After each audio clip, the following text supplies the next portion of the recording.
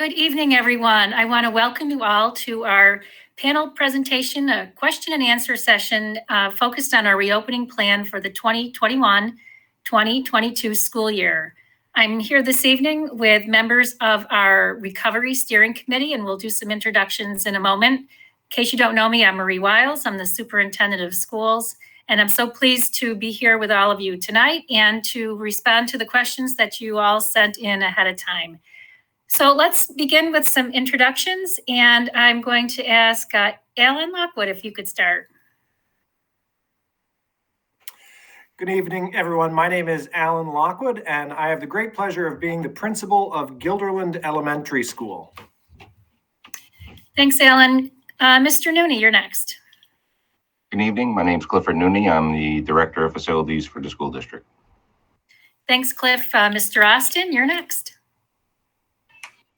Hi, everybody. Dave Austin, Director of Health, Physical Education, and Athletics. Thank you, Dave. And new to our team is Inho Sue. Inho, can you introduce yourself? Good evening, everyone. My name is Inho. I'm the new transportation supervisor. This is day 29, I believe, in the district. But it feels like year 29, right? Because you have so much to do to get ready. Well, we're glad to have you, Inho. Next is Mary Zwagerman. Hi, everyone. I'm Mary Zwagerman. I'm the school nurse at Guilderland Elementary School and also the district head nurse. Thanks, Mary. Mike Laster. Good evening, everybody. My name is Mike Laster, and I'm the Farnsworth Middle School principal. Thanks for joining us tonight. And next is Mike Piscatelli. Good evening, everyone. I'm Mike Piscatelli. I'm the principal of Guilderland High School. Thanks, Mike. Mr. Sanders, you're next. Good evening. I'm Neil Sanders. I'm the Assistant Superintendent for Business and the district's COVID coordinator. Thank you. Mr. Johnson? Good evening. Regan Johnson, Assistant Superintendent for Human Resources. Thanks, Regan. And last but not least, Mr. Murphy. Hi, I'm Tim Murphy. I'm the Safety Specialist from Capital Region BOCES. All right. Thank you all. And thank you for representing the other members of our Recovery Steering Committee. Just so our community knows, this committee used to be called the Reopening Steering Committee, and it was formed way back last May. And we have been meeting weekly all of this time, talking about how best to keep our schools open and safe for all of our students and staff. So I can't thank them enough for their time commitment and their willingness to help us think through this challenging time with ever-changing rules, all for the benefit of our students. So to get started tonight, I have a brief presentation that I'm going to walk through to kind of hit the 30,000-foot highlights of our reopening plan, and then we will turn to the questions that were submitted by our community. So we'll start there and go from there. So I want to start just by mentioning the principles that are guiding our work.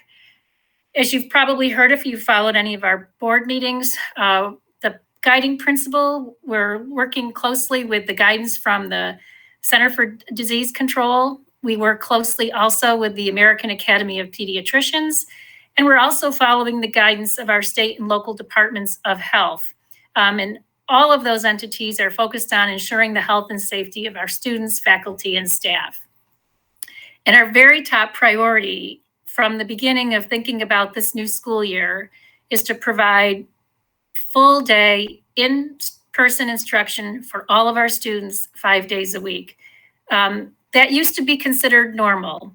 After last year, it is anything but. So we're really happy to be at least able to plan for what looks like a normal school year with plenty of protocols and provisions, though.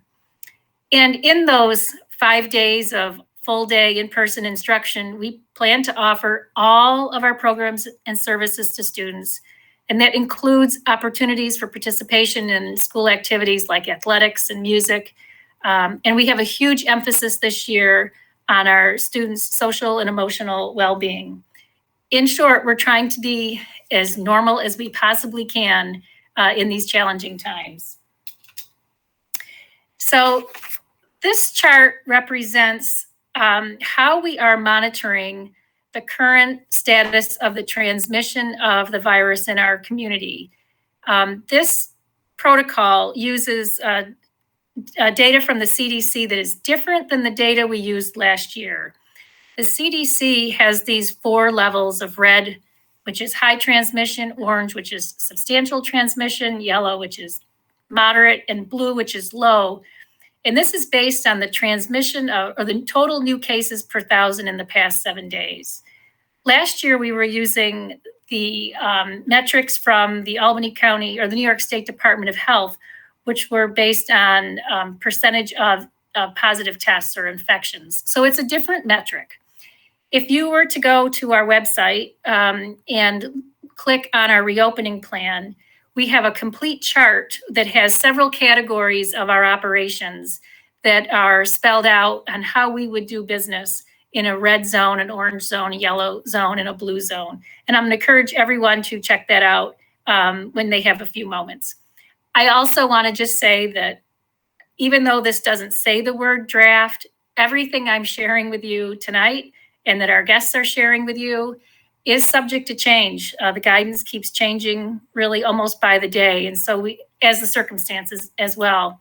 So we need to be flexible and need to respond as best we can.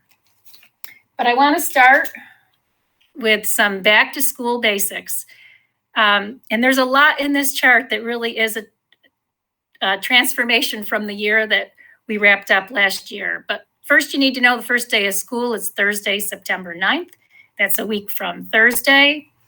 And the school day start and dismissal times are there for you too. A couple things I'll point out, our elementary schools this year are actually K-5. Last year they were K-4. Our middle school is actually K-8. Last year it was 5-7. And our high school is back to 9-12. Last year it was 8-12. And you can see our start times there, 7:45 for elementary, 9:02 for the middle, and 8:20 for the high school. While we were working through the pandemic, we also did a major shift to our start time at the high school. And so that's yet another change for this year. And I'll just point out in the last column, we do have late buses returning. You'll recall we had no late buses last year, but we will be offering them on Monday, Tuesday, and Wednesday of each week, beginning on September 27th, so that students can stay after school for a variety of activities. So I want to start with health and safety because that is our very first obligation. And this first bullet is a huge change from last year. We are expected to strive for 3 feet of physical distancing in our classrooms. Last year, that directive was 6 feet, and that's the reason why we had 5th grade at the middle school and 8th grade at the high school. And it's the reason why our 7th through 12 students could only come to school every other day. Having children in school every day is the top priority from the CDC, the American Academy of Pediatricians. All of the health organizations are encouraging schools to get children back in their buildings, hence the 3-foot social distancing. With that comes the trade-off, and that is that face coverings are to be worn indoors at all times by students, staff, and visitors. And in fact, on Friday, the New York State Department of Health actually issued a commissioner's determination, which makes this a mandate for all schools in New York State. So it's no longer a choice. But there are some things to keep in mind about the masks. They can be removed during meals and for short mask breaks. I know we had a question about that. We'll get to later about what do mask breaks look like. If students come without a mask, we have plenty extra. We will provide them to students and to staff if needed at no cost. And you can see our definition of what an appropriate mask is the same as last year. Cloth-based and surgical that cover both the nose and the mouth are acceptable, but bandanas and single-ply gaiters and masks with an exhalation valve are not acceptable. We have had some questions for later, but one of them is, so what if a child refuses to wear a mask? What do we do? Well, the first thing we do is we offer the child a mask and we ask him or her to please put it on, keeping in mind that it's really a function of the safety of everyone around that child. Should the refusal continue, we would probably ask one of our assistant principals or principals to help the teacher or the other staff member who is struggling with that cooperation if necessary. Ultimately, though, if the child doesn't have a medical exemption, and we'll talk more about those later too, we will be calling parents to pick up children who refuse to wear masks. It is that important to the health and safety of our operations this year. So more to come on that. So hopefully this first bullet is a bit of a relief to some families. You will recall that we asked every parent and every employee each day to fill out an electronic attestation where families were asked about whether or not there was a temperature, whether or not any symptoms were being exhibited, if there was travel or so on. We are not doing that this year. It was a lot of effort and not necessarily the most accurate reflection of reality. So we decided this year that we will not do that attestation, but need to underscore with all emphasis that anyone who doesn't feel well in the morning, if you have a fever of more than 100 degrees or any other possible symptom of COVID, don't come to school. It's just not worth the risk. So if you don't feel well, don't come to school. And that's true for our students. It's also true for our staff. And then, like we did last year, we'll continue to place a heavy emphasis on reminders for everyone to practice good hand hygiene, respiratory etiquette, and of course, physical distancing to the extent that we can.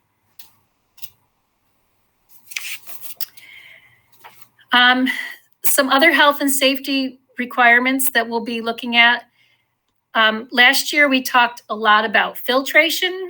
This year, we're focusing more appropriately on ventilation, which is the flow of air through our spaces.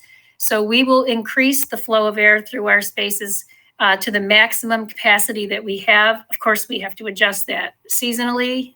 In February, that's a very different conversation than it is in October. So we'll need to be thinking about that. We'll also have windows and doors open as safety protocols allow. And we'll be adhering to the cleaning and disinfecting requirements as advised by the CDC and the Department of Health. So daily cleaning, including frequently touched surfaces. All classrooms will have hand sanitizer, disinfectant wipes. And then should we have a confirmed case, there'll be complete and targeted disinfection. So a lot of questions came through about testing and contact tracing. And I think I'll just preface this to say that we have guidance from the CDC and we have preliminary guidance from our Albany County Department of Health that could be fine-tuned as we move into the school year. This is what we know today.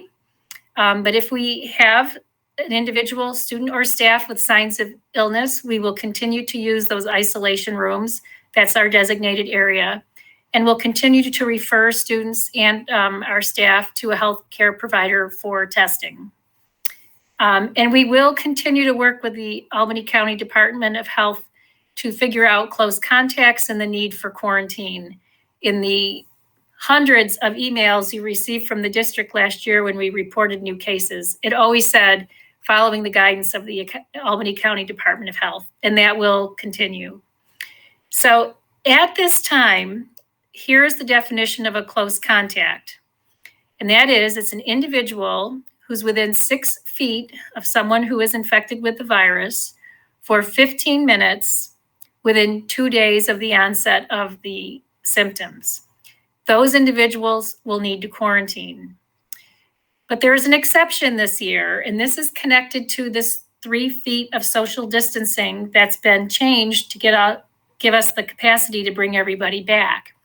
So in K-12 indoor classroom settings, Students within 3 to 6 feet are not going to be a close contact if both that child and the exposed children were correctly and consistently wearing a well-fitting mask.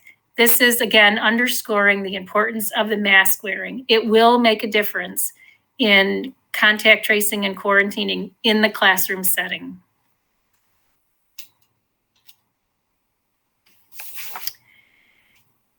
A couple words about quarantine, and you see the asterisk there as well. This is subject to further guidance from the Albany County Department of Health. So close contacts who are not fully vaccinated, and this is where vaccination will have a role in quarantining, should quarantine at home for 14 days. Some of the local health departments have shortened the quarantine period with a combination of testing that results with a negative test. We'll again work with Albany County on that.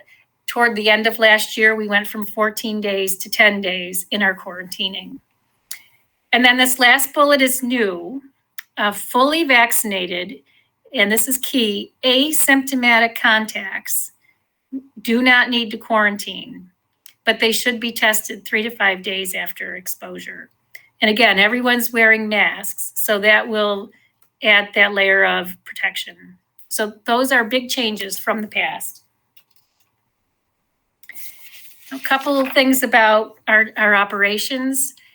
We're going to talk about physical distancing a little bit later, but on transportation, directly from the CDC, physical distancing on buses is not feasible. If we have to do physical distancing on school buses, there's no way we could get all of our children here. And we learned that last year with our 4+ tiers of bus runs. So that is why the students and school staff absolutely must wear acceptable masks at all times on school buses. We have encouraged our caregivers, our parents and guardians to consider driving students to school or walking to school to reduce the density on our school buses. Many have taken us up on that opportunity last year. Several have signaled that they'll do the same this coming year. We'll look at that closely. Ventilation is also important on school buses. Again, it's seasonal, but hatches and windows open to some extent. And then daily cleaning, including high contact areas. And then I know this is a disappointment for our students, but one more year of no bus passes for alternative routes. And this is really just to help us with contact tracing. If we have students on bus routes that are not their own, it will complicate making sure we reach everyone who might need to be contacted in case of a positive case. Another big topic is school meals. So the guidance here is to maximize physical distancing, and we are striving for 3 feet, both in the service line and while eating. I do want to point out that on Friday, the Department of Health, in their guidance around mask wearing, talked about physical distancing and suggested that physical distancing in cafeterias be 6 feet. The problem with that is if we need to have 6 feet distancing in cafeterias, we can't bring children to school every day. So the governor's office issued a statement later in the weekend that said this, and I'm just going to read it because it is critically important. This is from the governor's office. Because of the importance of in-person learning, schools should implement physical distancing to the extent possible within their structures, but should not exclude students from in-person learning to keep a minimum distance requirement. So when we get to the Q&A, we'll talk with our principals at all 3 levels to hear their plans to make physical distancing as close to 3 feet as possible during the meeting times. And that includes things like using alternative large spaces, cohort seating, assigning tables, using a mix of classrooms and cafeterias at the elementary level. And then, of course, cleaning between groups of students. And then again, for school meals, Obviously, students will need to take their masks off in order to have lunch, and we will ask that students, unless they're within the same family, don't share food or beverages, and we'll certainly continue to encourage good hygiene. Another important topic are athletics. I think about the discussions we were having 1 year ago about not what they would look like, but if they could happen at all. So I'm really pleased that we can say that all of our sports at all of our levels are going to be offered this fall. And in fact, they're all underway. So indoors, masks are required by athletes and coaches. We're going to continue to promote physical distance whenever possible. This fourth bullet is new. We're working through this right now, but we are requiring screening tests for unvaccinated athletes in high-risk sports. And you see the 3 for the fall listed there. And this is during periods of high transmission. Albany County currently is in a period of high transmission, well over 100 cases reported. So we will be looking at that. And then still a topic for discussion is how we handle spectators at large or indoor events. That's still under review. We know we will have spectators. We're just trying to determine how many and how much social distancing and those kinds of details. And then almost last but not least, our music program. Again, this time last year, music looked very different. It sounded very different, but we are prepared to offer all curricular and extracurricular music programs at all levels, starting when our students return. So masks will be required by our musicians when they're indoors or when they're playing wind instruments or singing. Bell covers will be required for brass and wind instruments that they were used last year as well. We will be maintaining 3 feet of physical distancing for our musicians. And I spoke earlier today with Bob Winans, our instructional administrator for music, and we're still working through considerations for live performances with or without audiences. This is a big topic. Some of it's going to be contingent on our level of transmission and numbers of students, but we are working through those details and can provide more information as we move through the year. And last but not least is our visitors. So we are in a period of high transmission right now. So we believe it's prudent to limit non-essential visitors, volunteers, and activities involving external groups or organizations. And those are the 4 categories of things that we're going to look at over the course of the year as we decide what can we do and what can't we do. Level of transmission, whether the event is indoors or outdoors, how many people are coming, and will we have the capacity to contact trace if we need to. So that was the 30,000-foot view of our reopening plan. Lots more to it. I'm going to turn in a minute here to our questions. I'll just point out, if at the end of this program, those of you in the audience who are watching, if you have additional questions, you are welcome to send them to the address that's on the screen right now. That's just superintendent@guilderlandschools.net. All right, so I'm going to stop sharing, I think.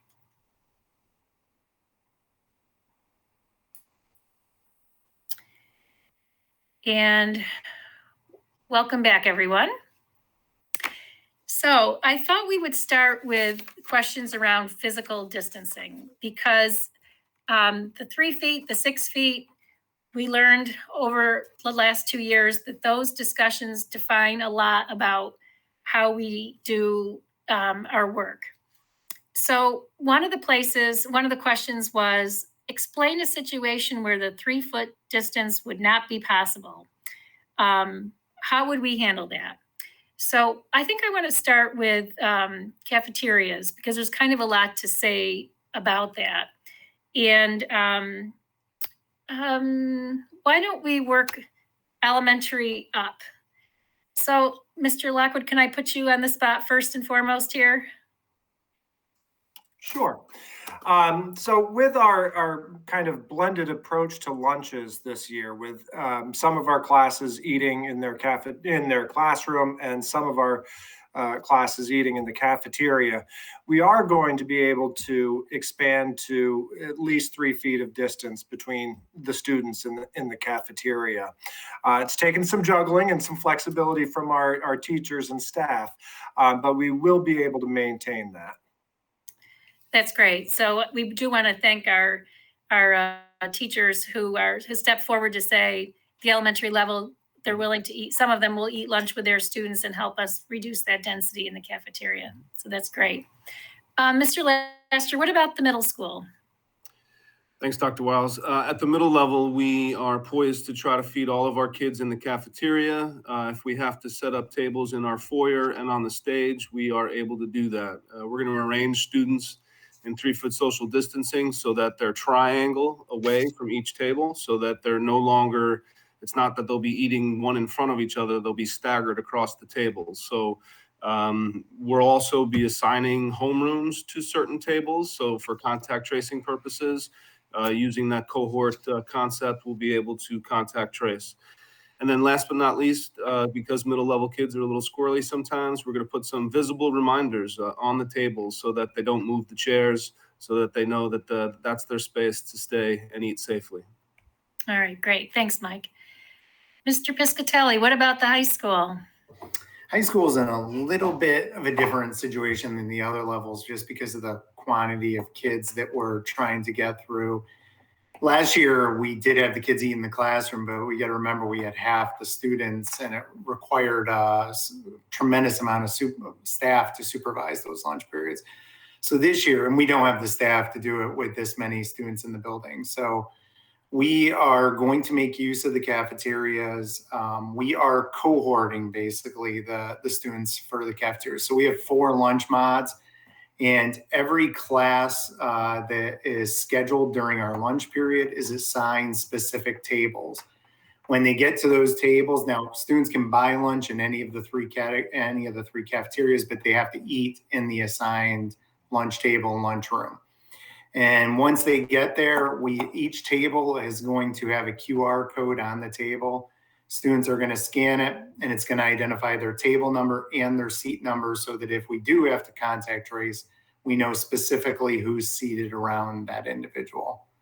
With us, the larger spaces, the problem we have is the gyms, the auditorium, every other large space is in use when we are eating lunch. So just an extra little side. Thanks, Mike. So another place where social distancing is a real challenge is on the school bus. So Inho, how will that work on our runs for the 3 levels during the day? Yes, so it is a challenge on a school bus. One of the things that we will definitely do is when possible, we will use a larger bus, a 66 passenger bus, even if there are only let's say 25, 30 students, we will use a 66 passenger to increase the social distancing. And also for contact tracing, we will from day one have assigned seats, unfortunately. And from there, we'll be able to, if there is a positive case, trace those surrounding students. Great, thank you. So, one of the questions that came in was about other things we can do when we can't maintain 6-foot social distancing, other mitigating factors like ventilation or cleaning. Mr. Nooney, can I turn to you and then maybe Mr. Murphy to talk a little bit about those kinds of protocols? Sure. Thanks, Dr. Wiles. From a ventilation standpoint, pretty much using the same model we used last year, which, as we already said, we exchange air in our classrooms on average 4 times per hour across the school district. And by increasing our outside air, we can kind of get that almost doubled. But it is seasonal. As it does get colder, the biggest difference with the schools is bringing in fresh air to where your homes do not do that. So if it's 10 degrees out, it's very hard to be able to heat that air and maintain a comfortable space. We'll also allowing open windows The doors, as we mentioned, to increase ventilation. We have box fans that we purchased last year. We purchased additional box fans this year as well, to increase ventilation. And then we're going to be moving back towards routine cleaning of all our spaces on a daily basis. And as I already mentioned, I would like to say, if we have a case, more like probably when we have a case, we will do targeted disinfecting. So layers of mitigation when we can't keep the social distancing. And other layers include the mask wearing and the hand hygiene and the respiratory etiquette and just training people to do those sorts of things and remind them throughout the day. And maybe the top one, which is, I think, where I started, if you don't feel good, don't come to work, don't come to school, which is really hard because we all want to be here, but you got to stay home when you're not feeling well. All right. Another topic that we heard a lot of questions about from our community members had to do with mask requirements. And one of the questions had to do with exemptions from wearing a mask. Mary, can I ask you about how that process works in our schools if we have a student who would like an exemption? And then Regan, I'm going to ask you about staff. So hi, everyone. So as far as students are concerned, if the parent is requesting a mask exemption for the student, they have to get, written documentation from their healthcare provider, so they're the pediatrician or their family practitioner, stating the reason for the request, what the medical condition is, and all of those requests will be reviewed by our medical director, Dr. Silverman. And so that is similar to how things were managed last year. So it's similar, it's the same as last year. Mary, do you have a ballpark number of how many students actually had an exemption from mask wearing last year? I don't have a number. I know that some of our special ed children, that there were some requests through those, that group of students, but I don't have an exact number. But again, I guess going to the mitigating tier, if we do have students with an exemption, then we create other protections like wearing visors, increasing social distancing, and so on. Correct. Great. Regan, what about staff members and mask exemptions? So what Mary described is the exact same process that we used last year and will use for staff.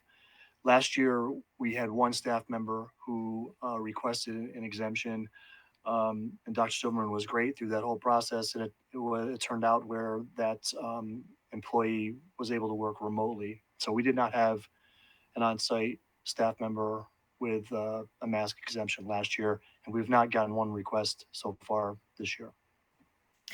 And Inho, I'm putting you on the spot, but your team, they don't have the option for an exemption because of the CDC ruling, correct? Yes. So we have to, as a driver, we have to wear. And part of the reason why we, why we have to wear is that there is a shortage of bus drivers. And so we need all of our bus drivers to be healthy all 180 somewhat days. Amen to that. That's great. So in the presentation, there was a question in there about, so what happens if a student refuses to wear a mask? I'm wondering if one of my three principals on the call could elaborate on any experience you might have had last year with a student saying they didn't want to wear a mask. Did it happen? I'll jump in, Dr. Wiles. I did not have that experience at all last year. Students were remarkable in their ability to wear masks and their understanding of the need to wear masks. So we gave reminders throughout the day, to students when if a mask would slip down, but it was usually just a very quick nonverbal gesture that the teacher would make, and students would quickly go back into compliance. We did also have situations. Now, I think one of the big changes for us this year, and it changed at the end of last year, was our ability to not require masking when outdoors. So that's going to provide a mask break for our students when they go out for recess at the elementary level. And that's going to be very healthy and a good time for everyone. But I also want to point out that we do have a lot of extra masks in the building. So as masks get dirty or soiled throughout the day, we have plenty of extras to hand out to students. Thanks, Alan. Mike, last year, what was your experience at the middle school? Yeah, I would echo Dr. Lockwood's experiences as well. We did not really run into too many issues last year. If a student, by mistake forgot a mask or a mask broke, they were very quick to go to the house office or stop at reception and get one from us. So I do think that going outside will provide some opportunities for our students in the nice weather to get a mask break, and we're going to be encouraging that just like we did last year. But, provided the student complies, I guess if the student still refuses, we would then partner with the family and reach out to the parents to collaborate with them to stress the importance of protecting oneself and others in the school setting. Great. Thank you, Mike. Mr. Piscatelli, any thoughts from the high school level? No, again, I would echo what everybody else said. The kids were tremendous last year. Honestly, in the entire school year, I only remember one situation where we did have a student where it turned into a little bit of a situation, but it kind of relates to the question. When that situation happened, we asked the student to come down to the office. We had a conversation about it. We involved the parents in it and kind of resolved it from that point of view. And that's kind of how I envision we're going to deal with it when we have issues this year, if it can't be resolved in the classroom. And just to echo what Mr. Lasser said, because I didn't mention this about the lunch, last year we used the outdoor spaces a lot for classes out in the courtyards and during lunch towards the end of the year. And I see us doing that again this year. Great, thank you. All right, I'm going to transition now to the kind of the medical side of this, the inevitable, detection of a positive case. I think we had about 240 of those last year. Mr. Sanders would know he was the person responsible for reporting each and every one of them to the Department of Health, New York State Department of Health. So it is likely to happen, and we have some questions about how that will unfold. So I guess, Mary, I'll start with you, and then we have some expert contact tracers on this call who got plenty of experience last year. But what's the basics for contact tracing when we know we have a positive case? So it's a group effort, of course, but one of the things that we look at certainly is we keep accurate attendance records. We are keeping seating charts this year in the classroom, the buses in the cafeteria. And we're, keeping a log of visitors so that we can keep track of who is in and out of the classroom. And this helps us develop a list of contacts. There's also the new guidelines that Marie had mentioned in her PowerPoint in the beginning, talking a little bit about close contacts. And close contact is defined as someone who is within 6 feet for a total of 15 minutes or more within 2 days prior to the illness onset, regardless of whether the contact was wearing a mask. This year, the new exception is for K through 12 indoor classrooms setting. The close contact definition excludes students who were within 3 to 6 feet of an infected student if both the infected students and exposed students correctly and consistently were wearing a mask. So that's something, you know, that's different this year. Looking here to see if there's anything else. I guess that's what I have. I don't know if anyone else would like to chime in on that. All right. Thanks, Mary. So last year we had some challenges when siblings would exhibit a symptom, and we had many a family who would hear that one of their children was experiencing a symptom, and the call would be to pick up all of their children all across the district. And that was really hard. How will that work this year, Mary, based on what we know? Right. So currently, we will not be excluding siblings of symptomatic students, but we are continuing to, you know, get updates from Albany County Department of Health. And could that change going forward? It could, of course, but as of now, no, we will not be doing that. And then another really challenging area, I think, for families and for the school was children who have chronic conditions or recurring symptoms that are related to something else. Can you talk with our families about how that will work? Sure. So I know this has been, you know, quite a challenge for our families last year. And, you know, I empathize with them on that. Our guidance this year has come through review by our medical director, Dr. Silverman. He has advised us to continue similar protocols to what we had established last year. So any student who experiences one or more of the symptoms of COVID will follow the protocol that we followed last year. That is, the child will wait in our waiting room, isolation room, parent will be notified, the child will be picked up, and then the return to school protocol will be the same as it was last year. That child will see their healthcare provider. That healthcare provider will determine whether the child will need a COVID test or if they can meet the criteria for an alternate diagnosis. I know that parents last year, and I saw it firsthand, many of our students that have chronic conditions had to follow that protocol each and every time. That will continue this year. I know that this is a hardship for families, but in discussion, Dr. Silverman had said this is not the year to back up on that, and he strongly felt that, you know, determining if a child came in with a headache and saying, well, this is consistent with their migraine, could, you know, put everyone at risk in the event that it was not.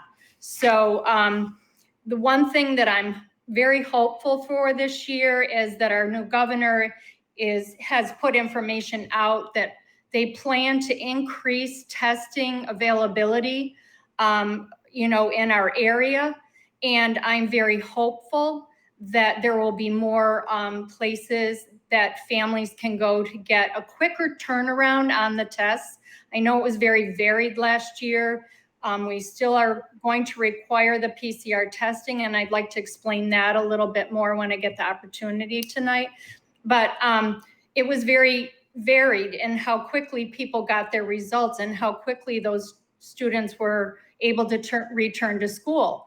And I saw it firsthand. So I will be definitely watching this closely. I feel it would be our mission to make sure that families had an accurate list of where these places are, where they can go to get the tests, and hopefully the turnaround will be quicker with the results. So Mary, my next question to you was going to be that exact opportunity to talk about what kind of tests. We had a question, you know, why can't we use a rapid test? Do we need a PCR? Can you unravel that for us a little bit? Sure. First of all, I'd like to recommend everyone to go to Albany County Department of Health website. They have a wonderful, if you look under tests, they give a definition of the tests. They actually go over 4 tests, and it's very clear. I'd like to review it tonight so people have an understanding of it. We've heard all this terminology. I'm sure parents here, you need the PCR, you need the PCR test. So I'm going to go over the 4 different tests. Lab-based RT-PCR. So that's acceptable. That is a molecular test. So we are looking for a molecular test. Rapid RT-PCR. So now that has the word rapid in it, but it also has PCR. That is a molecular test, okay? And that can be analyzed, that sample can be analyzed at the doctor's office or clinic. So I know last year we had some students that went and had, you know, the lab-based PCR, maybe through a pharmacy or an urgent care. It took 2 to 3 days, maybe longer, depending on what the number of people that were getting tested during that time. Some of our doctors had what was called the rapid RT-PCR. Some of our pediatricians had those in their offices. So that was an acceptable PCR test, although it was called rapid. Those results were accepted and they were analyzed in the doctor's office. And we usually got those results within a 3-hour period. That was just so ideal because we could really get kids back to school quicker. The rapid antigen test, there's the word antigen. That is the one that we do not accept. So those are the ones that, you know, people do. They're very quick. You get the results within a matter of minutes. But those have a higher chance of missing an active infection. So that's why we do not accept those for return to school for symptomatic students. And then the 4th is antibodies, and that isn't used to diagnose any an active infection. So you wouldn't do that. So I hope that's clear. I know that was a little tricky with the wording. And for nurses last year also, along with the parents. So Mary, those were all about tests if you have a symptom or if you think you've been exposed, which is different from screening, which is testing that we did last year expressly for people who are asymptomatic. Correct. And that's the rapid antigen test. Those were the ones that we did in our building last year. And the nurses did them. We got the results within 5 minutes or 15 minutes. I'm trying to rush along, but I think it was 15 minutes. But those are on asymptomatic students. So Neil and then Dave, I'm going to ask you about this. We had a question about whether or not we were going to do something similar this school year with widespread screening testing for unvaccinated students. So Neil, do you want to weigh in? And then Dave, you can talk about athletics. Yeah, sure, Dr. Wiles. First, I think it might be important to talk about what does the term screening testing really mean. And what it is to identify infected people who may or may not have symptoms, but who may be contagious so that measures can be taken to prevent further transmission. So that screening testing can help to promptly identify and isolate cases, quarantine those that may have been exposed to COVID-19 and are not fully vaccinated, and identify clusters to reduce the risk to in-person education. And again, as Mary had indicated, people that are fully vaccinated do not need to participate in screening testing. The district currently has over 600 Buy Next Now antigen tests that may be used until October 13th. The process for administering those tests not only involve our staff, but also the Department of Health at both the state level and the county level. So at this time, we're waiting further guidance from those 2 entities on the recommended protocols and processes. And also in terms of consent, screening does require consent, including parental consent for minors, for us to be able to administer those tests. So there's a lot to it, in other words, Mr. Sanders, right? Yes, many players involved. Yes. So Dave, we have a limited screening test plan that's coming together for our athletes. Can you say a few words about that plan? Sure, and we've had some conversations over the last week or so about what that plan is going to look like. it's not going to be widespread testing with our athletes. We are at this time focusing on the unvaccinated high-risk athletes only. And we are focusing on testing those athletes once per week, not multiple times per week, once per week. We are in the process. We had a Friday deadline of sending in proof of vaccine or parental consent to do the screening testing. We should have that information together shortly, and then I will be working with our nurses and trainer and coming up with a plan for testing for our athletes. But the type of test Mary alluded to earlier, it is a type of rapid test. It is one of those simple nasal swabs. I hate to use layman terms, but it's not the brain tickler test. It's the little bit less invasive test. So that's about it. And I should be sending out an update to our coaches and athletes shortly. Great. Thank you, Dave. Mr. Murphy, the other day you and I were having a chat about surveillance testing. We don't have a question about it, but I'm wondering if our audience it'd be helpful for them to know what surveillance testing is, because you hear that too. Surveillance testing. Mary, can you help out with that? I'm drawing a blank. I'm sorry. I believe surveillance testing was what we did last year.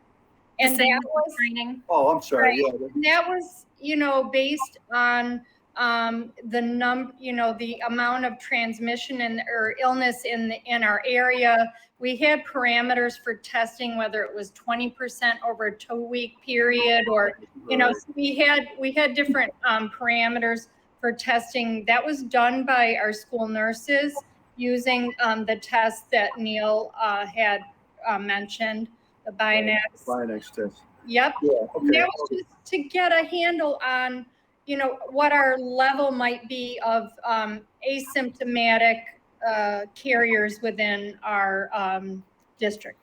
And that might come into play too.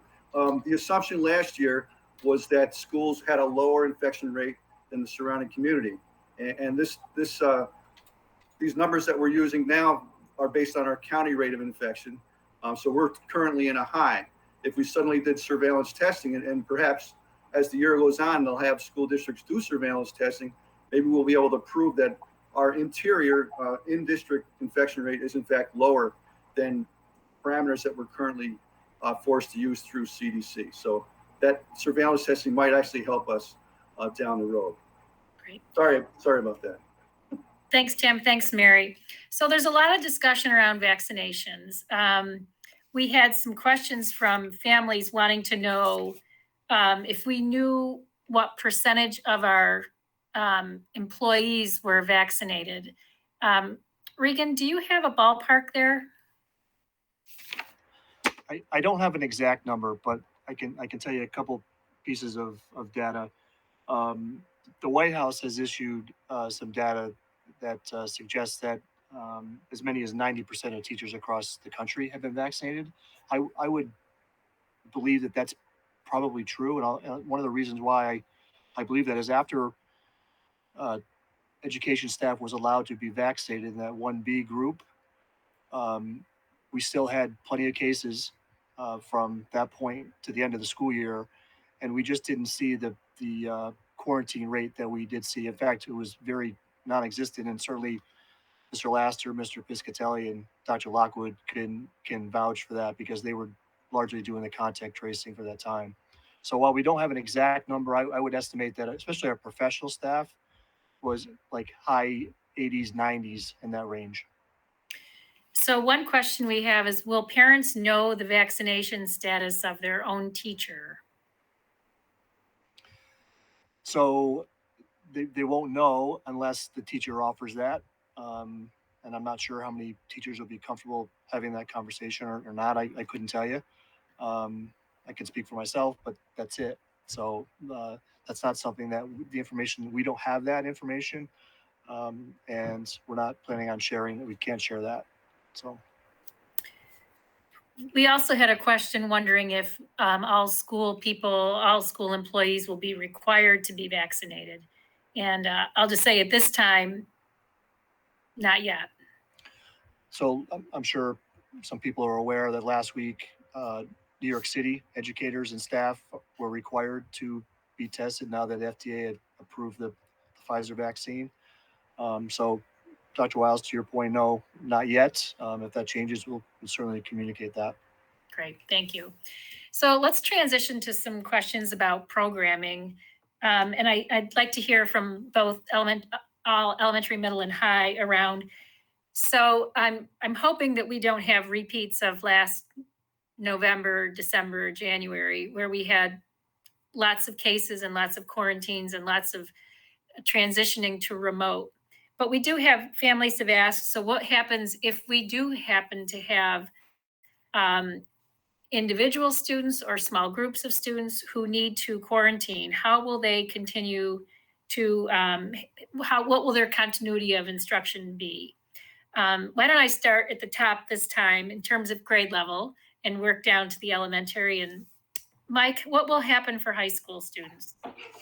Well, right now we have a district subcommittee that's investigating options for how we're going to handle quarantine situations, and we're waiting recommendations from them. I think the big thing to keep in mind is that everyone's goal is to not interrupt students' instruction while they're on quarantine. So the plans are being developed with that in mind.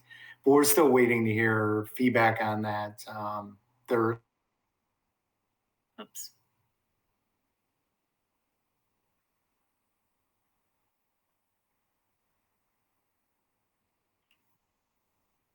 Mike, we lost you there for a minute.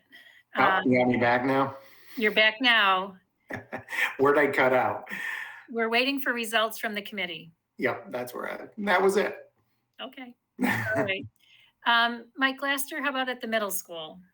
Yeah, similar to Mr. Piscatelli, that we're going to be leaning on the instructional subcommittee's recommendation, which is one of the subcommittees off the Recovery Steering Committee. Our focus is to make sure that our students are engaged if they are on temporary remote instruction due to quarantine.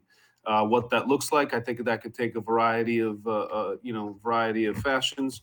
Our teachers last year did some amazing things, so I'm excited to see what they're going to bring to the table this year as well. Great, thank you. And Alan, how about at the elementary?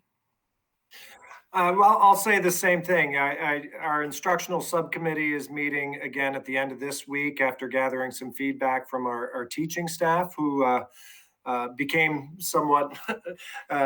experts at this work last year. But there are some differences with last year. The middle school and the high school teachers were all working in a hybrid instructional program where they were already broadcasting lessons. And at the elementary level, often a positive case in a classroom would result in the quarantining of the entire classroom, including the teacher. So it was much easier to just switch to remote instruction. So there are some challenges with that this year. And like both Mr. Piscatelli and Mr. Laster said, we have a goal of keeping instructional continuity for our students who are quarantining. But there are a different set of questions for us this year. Okay, great. So more to come is the short answer on what happens if that were to be the case. There were several questions that came in around why the district isn't offering a fully remote option for parents to choose. As I think most know, Guilderland has partnered with Capital Region BOCES. They are offering a remote course of study, K-12, but it is limited to those students who have a medical necessity to be remote, or if there's a medical necessity within their household that would make it unsafe for a student to come to school. The reason for that is the prime priority of having all kids in school. And again, we're taking our lead from the CDC and the American Academy of Pediatricians, who are urging us to make sure we do everything we can to have children in school. So I think all of the schools in our region are looking at this more limited opportunity for fully remote learning. And we do have some families who have requested it and who are going through the process of providing medical documentation. And we have some families who are getting registered. That's still a possibility. So if any of those additional families are watching tonight, you can call the district office tomorrow and we can start that process. Our medical director, Dr. Silverman, is also involved. A couple programmatic things. We had some questions with families wanting to know, will there be after school activities this year and what will they look like? So Mr. Laster, why don't I start with you? Will there be after school things at Farnsworth? Absolutely. We are excited to bring back our extracurricular activities on the days that we have our late buses, which this year are Monday, Tuesday, Wednesday, our activity periods in the afternoon. So the clubs that can run safely while adhering to the social distancing and mask expectations, we will try to run. We'll also be opening up the building at 8 a.m. in the morning. We'll be running our traditional enrichment programs as well as our music ensembles. And then there's some potential interest from some staff about creating some additional programming based upon student numbers in the morning. So we're excited at the potential there and potentially adding some more things in the morning for our students who come to the building about an hour before school starts. Great. Thanks, Mike. Mike Biscatelli, how about at the high school? Anything going on after school? Yeah, same answer as what Mr. Lester provided. We will be doing after school. I mean, the only thing that we should add in is late buses will not start until September 27th that week. So we won't have transportation for students until that time. So, but yes, we will be running a full load of extracurriculars. Great. And at the elementary level, Alan? The same. We are very much looking forward to having our after-school activities return this year. That includes intramurals for our 4th and 5th graders, chorus, band, and orchestra as well. We have some logistical things to work out. These are larger groups, so we have to figure out where these groups are going to meet and how frequently, but very much looking forward to getting students back in. Great.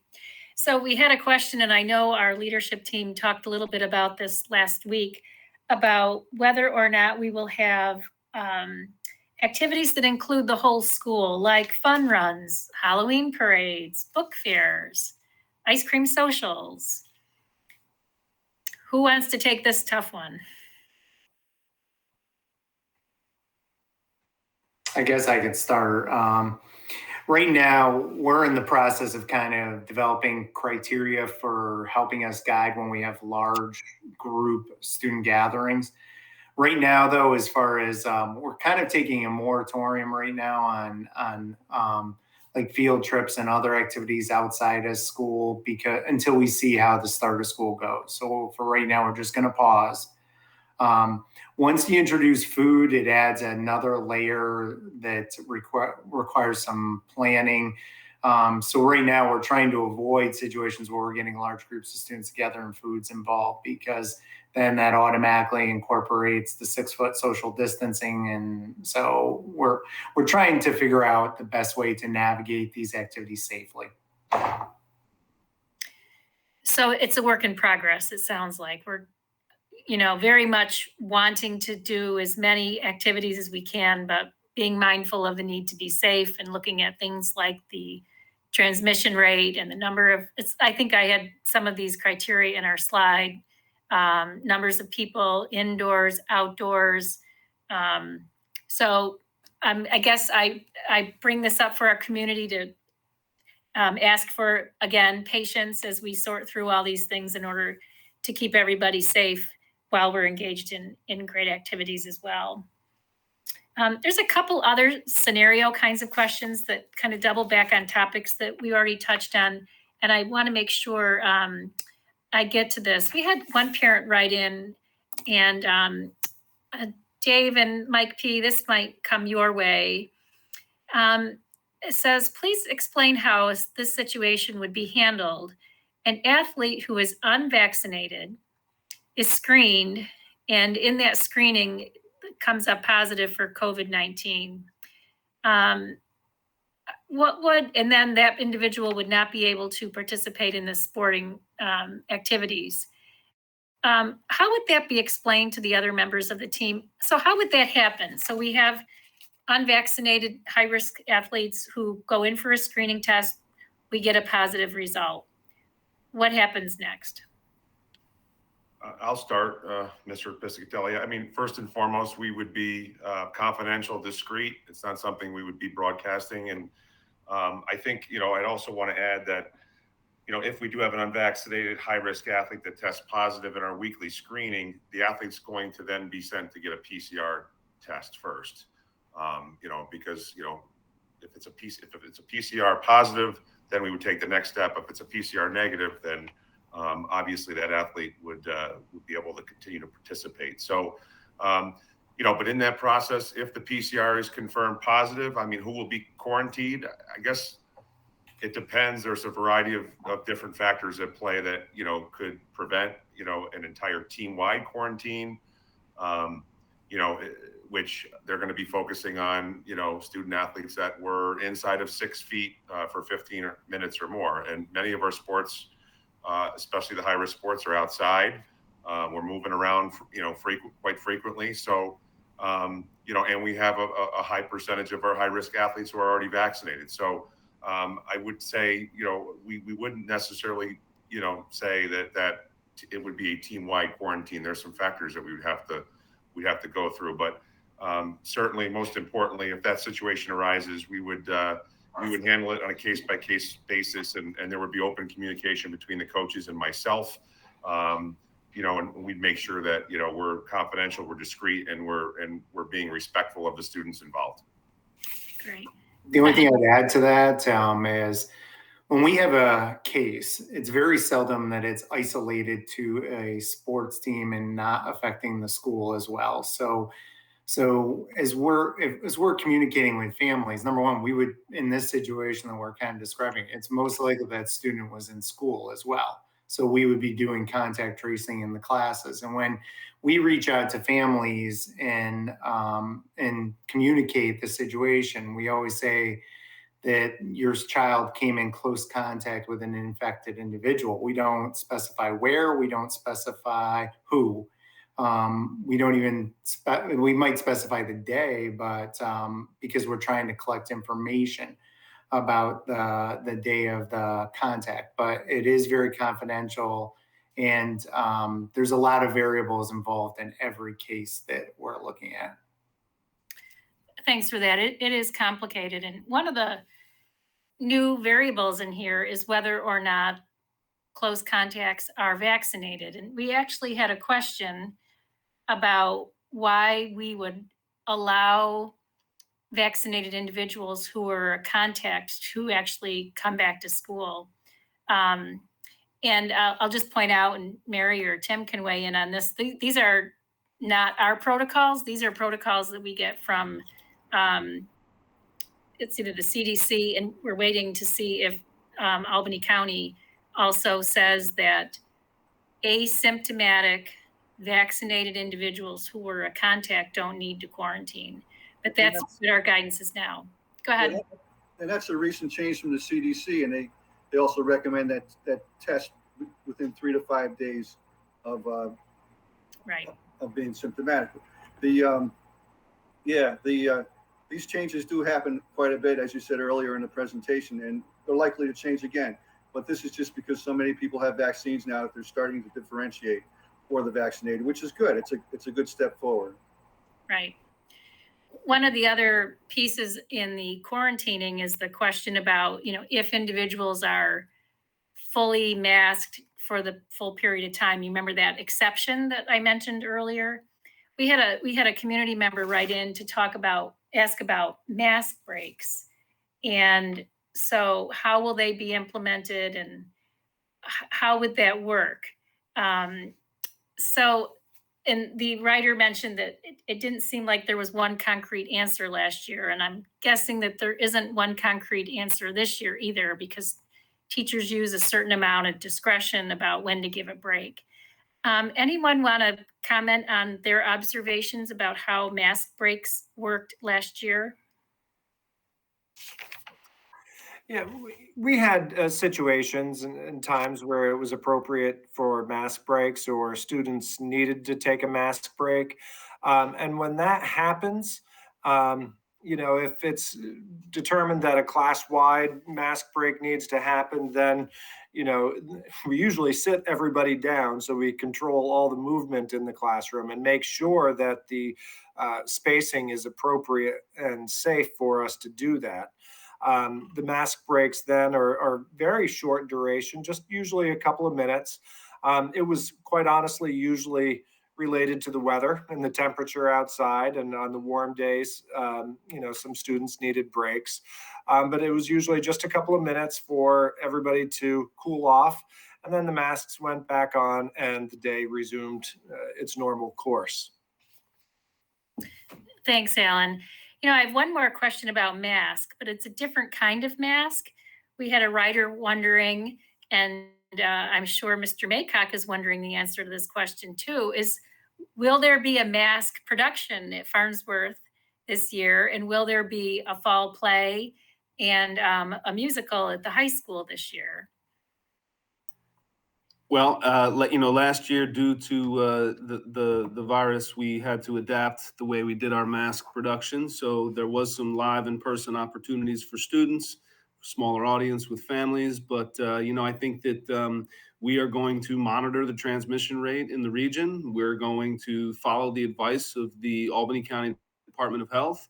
And, I'm hopeful that by March of 2022, perhaps conditions have changed where we can revisit what mask looks like here at FMS this school year. So I'm hopeful. Hopeful is good. All right, I have one more question, and I think I've gotten to everyone's. I'm hoping I did. This last question is for Neil, and it's actually on a different topic. And it has to do with the recent resignation of a board member. And this individual is wondering if the district will do a special election or what that process will be to replace our board member. Sure. So at the most recent board meeting on August 24th, the board did discuss options for filling the open seat. Under New York state law, there's two options available to the boards of education for filling the vacancy. One would be to hold a special election within 90 days of the vacancy, with the newly elected member assuming the remainder of the full term of the vacancy, which in this case would go through 2023. Or the other option is for the board to appoint a community member to fill the vacancy until the next scheduled election, which would occur in May of 2022. So the board did discuss and deliberate on the matter. They chose to appoint a community member to fill the vacancy, and that is their right as a Board of Education, how this process will work. That will be until the next scheduled election in May. So to let people know, if you're interested in the position, you can find information on the requirements to be a school board member and the application process, which consists of a letter of interest, a resume, and any other documentation that might be helpful in the selection process. The deadline for submissions is September 13th, and you can either mail those or email your materials to the district clerk. And all of that information is up on our website. All interested candidates will be interviewed on September 21st, and that meeting starts at 6 p.m. and it's considered a special meeting of the Board of Education. The meeting is open to the public. However, social distancing and masks are required. In addition, that meeting will be live streamed and can be viewed on the GHS Media YouTube channel. The successful candidate is expected to be appointed at the October 5th board meeting. Great. Thank you, Neil. So, excuse me, the board had a choice and is going to opt for appointing. I'm going to lose my voice here. Thank you for that. All righty. I think that's a sign that we need to wrap up. Did I forget anything? This is from this esteemed group. Did I overlook any question that I didn't ask that I should have? All right. Well, then I want to thank everyone for joining me tonight and answering the questions. I want to thank everyone who sent their questions in. And I'll just remind everyone who's watching that if we inspired a new question while you were watching, you can send it to superintendent info@guilderlandschools.net. And I'll just say once again, thank you everyone and have a great rest of your night.